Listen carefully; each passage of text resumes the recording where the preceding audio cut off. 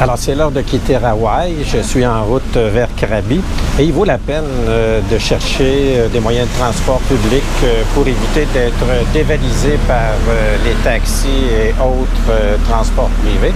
Alors, parfois, ça donne lieu à des autobus pittoresques comme celui dans lequel je suis assis. C'est un peu plus long, mais beaucoup plus abordable et beaucoup plus ludique. Suite à un trajet en autobus d'environ 4 heures à partir de Phuket, me voici à Krabi. Krabi qui se situe un peu au sud-est de mon point de départ. Je m'approche donc de la portion la plus méridionale de la Thaïlande, celle qui touche à la Malaisie. Krabi présente vraiment un paysage différent de l'île de Phuket. Je renoue ici joyeusement avec des pics karstiques, des formations karstiques un peu à l'image de celles que j'ai observées à Vang Vieng au Laos ou encore au Vietnam. C'est fort joli et les petites îles qui gravitent autour de la péninsule ici sont caractérisées également par ce type de relief. Et c'est la veille du Nouvel An, donc comme partout ailleurs, c'est jour de fête, jour de célébration. Alors, il y a une tombola à Krabi et je vais en profiter pour faire un petit bain de foule.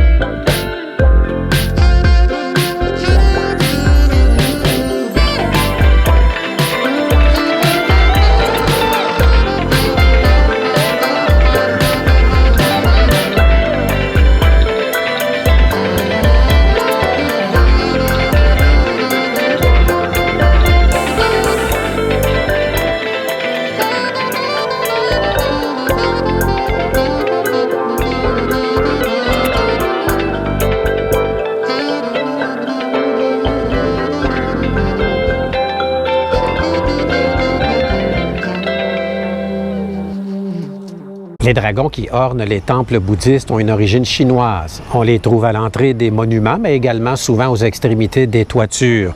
Ils représentent l'illumination, donc une certaine sagesse au chapitre de l'esprit.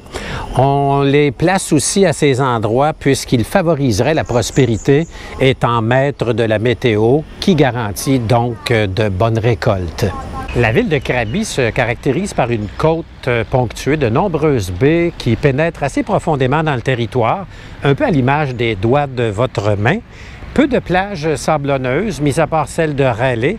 Alors, si vous habitez à une des pointes des nombreuses baies, il peut être plus rapide d'atteindre la plage par bateau-taxi. Sinon, il y a toujours moyen de le faire par voie terrestre, mais ça va être un peu plus long. En pleine fournaise du début d'après-midi, ici à Krabi, j'ai déniché un petit parc non loin de mon hôtel où des artisans s'activent à faire de la bouffe de rue. Et comme j'ai un petit creux, bien, on va aller voir qu'est-ce que je pourrais me mettre sous la dent. En Thaïlande, le menu se présente souvent de cette façon. Vous avez des photographies avec les différents plats et les prix qui sont affichés.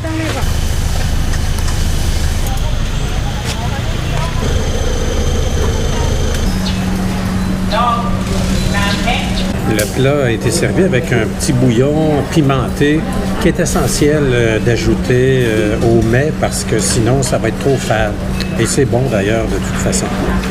La pieuvre et la crevette sont essentiellement les fruits de mer qu'on retrouve dans mon plat. Et on va commencer par y goûter. C'est bon, mais je vais rajouter de cette petite sauce piquante.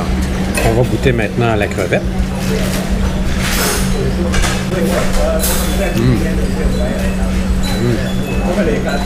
Excellente cuisson, tendre, chaireuse, excellente, vraiment bien réussi comme cuisson.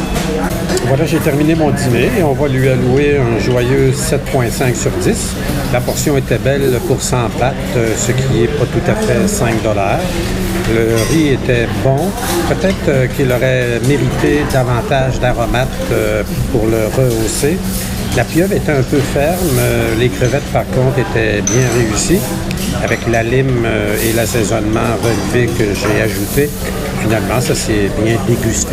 Donc 7,5 sur 10 me paraît tout à fait honnête.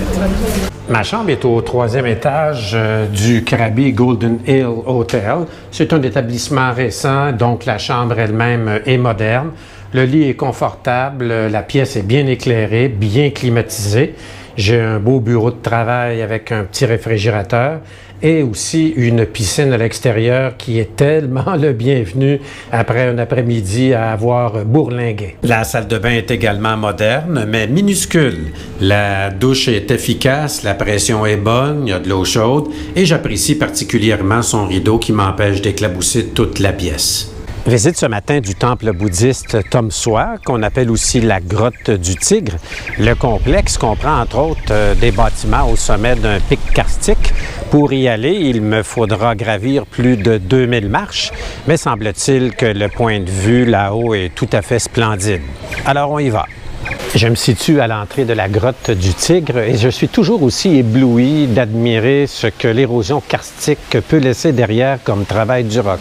Alors, l'histoire raconte qu'un tigre aurait réellement habité cette cavité, cette grotte qui est vraiment très petite et son rugissement faisait peur aux gens des alentours.